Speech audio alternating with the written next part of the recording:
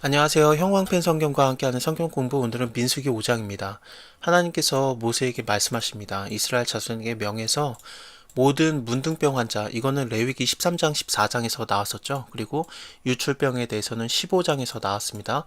그리고 주검으로 부정케 된 자들, 시체를 만져도 부정케 돼요. 그래서 예를 들면 제사장 같은 경우에는 자기의 그런 직계 가족은 만질 수 있어요. 근데 다른 사람들은 만지면 안 된다, 그렇게 말씀하셨습니다. 그리고 대제사장 같은 경우에는 부모님도 만지면 안 돼요. 예, 부모님이 죽어서 시체가 되었다, 그러면 그것도 만지면 안 되는 게 대제사장이었습니다. 자기를 부정케 할 수 없는 거예요. 그러면은 지금도 이렇게 우리가 장례식장 못 가냐? 그건 아니었잖아요. 왜냐하면은 예수님께서 선한 사마리아인 비유를 얘기해 주셨죠. 어떤 사람이 강도 맞아가지고 길에 쓰러져 있으니까 너무 많이 맞아가지고 시체처럼 보였어요. 그래서 처음 지나간 사람이 제사장이었어요. 그래서 그가 피해가고, 두 번째 사람이 레위인이었는데 그도 피해가죠. 그들이 못돼서 피해간 게 아니라 하나님의 말씀을 잘 지키려고 했기 때문에 피해간 겁니다. 왜냐하면 시체처럼 보이니까, 만지면 자기도 부정케 되니까. 그래서 그런 겁니다.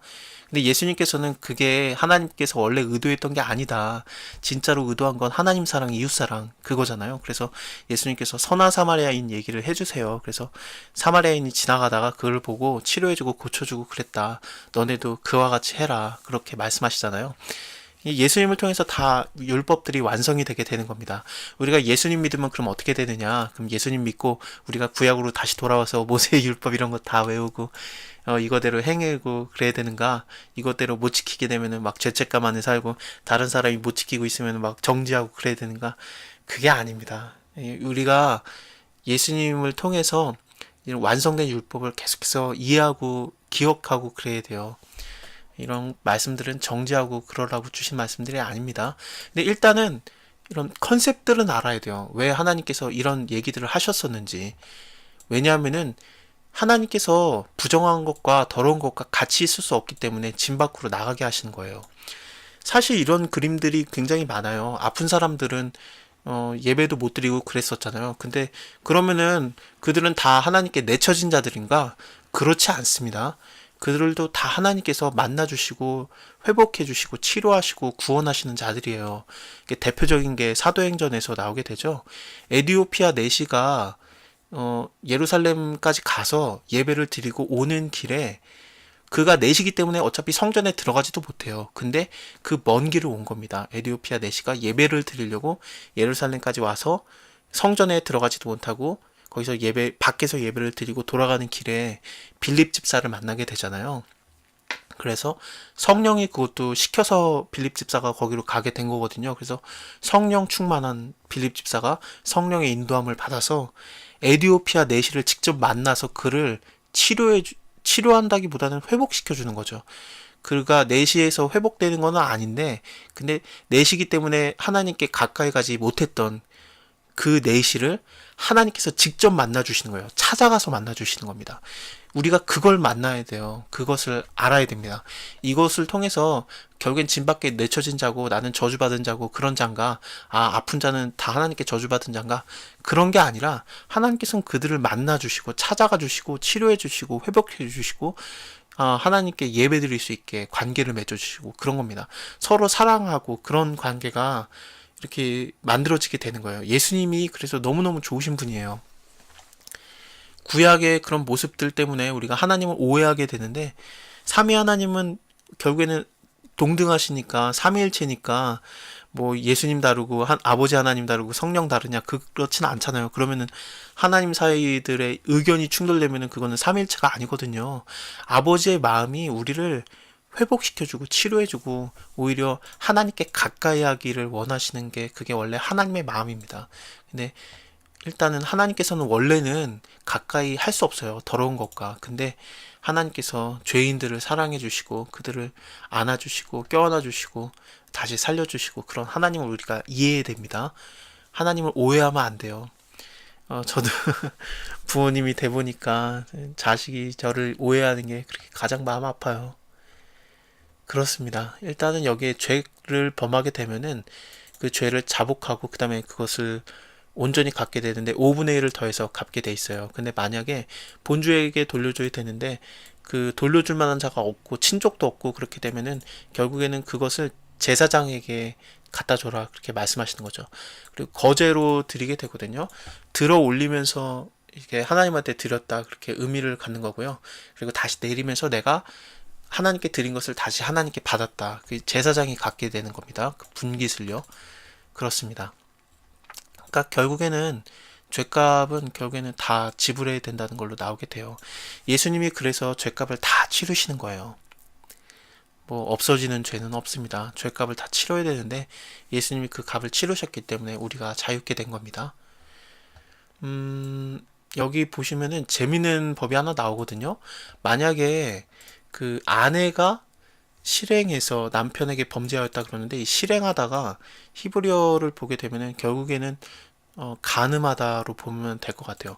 이 아내가 간음해서 다른 남자랑 이렇게 같이 잔 거예요. 그렇게 되면은 남편의 눈을 숨겨서 드러나지도 않았고 여자가 더러워진 것에 대한 증인도 없고 잡히지도 않았는데 그래도 남자가 의심이 생기게 되면은 그 아내를 의심하게 되면은 만약에 그리고 그게 아니라 그냥 아내가 더럽히지 않았어도 그냥 남자가 의심이 생기게 되게 되면은 그렇게 되면은 제사장에게로 데려와라 이렇게 말씀하시는 겁니다.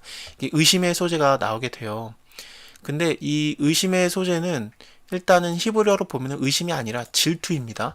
그러니까 남자가 질투를 느낀 거예요. 근데 이거 너무너무 좀 여자 입장에서 보면은 진짜 야 이래도 되나 싶은 그런 법들이 나오게 돼요. 근데 이거가 남자예요. 남자가 이러지 않으면은 믿지를 않아요.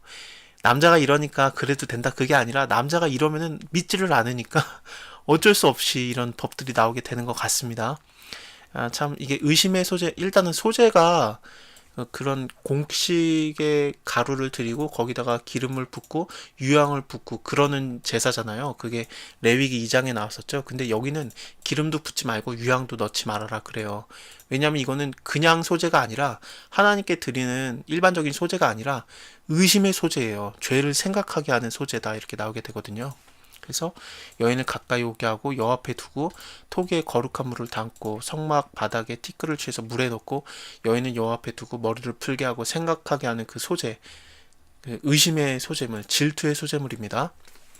이것을 두 손에 두고 제사장은 거기다 저주를 하는 거예요. 그래서 이게 쓴물, 너 이거 이게 만약에 너가 남편을 두고서 다른 남자랑 동침해서 더럽힌 일이 없으면은 저주가 되게 하는 이 쓴물은 괜찮은데 근데 만약에 네가 진짜로 네 남편을 두고서 이제 실행해서 더럽혀서 네 남편이 아닌 다른 사람과 동침했으면은 이제 넌 저주를 받게 된다. 여호와께서 네 넓적자리가 떨어지게 할 것이다. 배가 부어서 너로 네 백성 중에서 저주거리 맹세거리가 되게 할 것이다.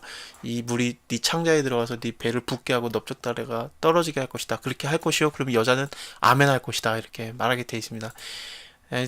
참 이런 너무하다 싶죠. 근데 남자가 한번 질투가 생기면 여자 못지않아요. 그냥 더해요. 그래서 이런 법이 나오게 되는 겁니다.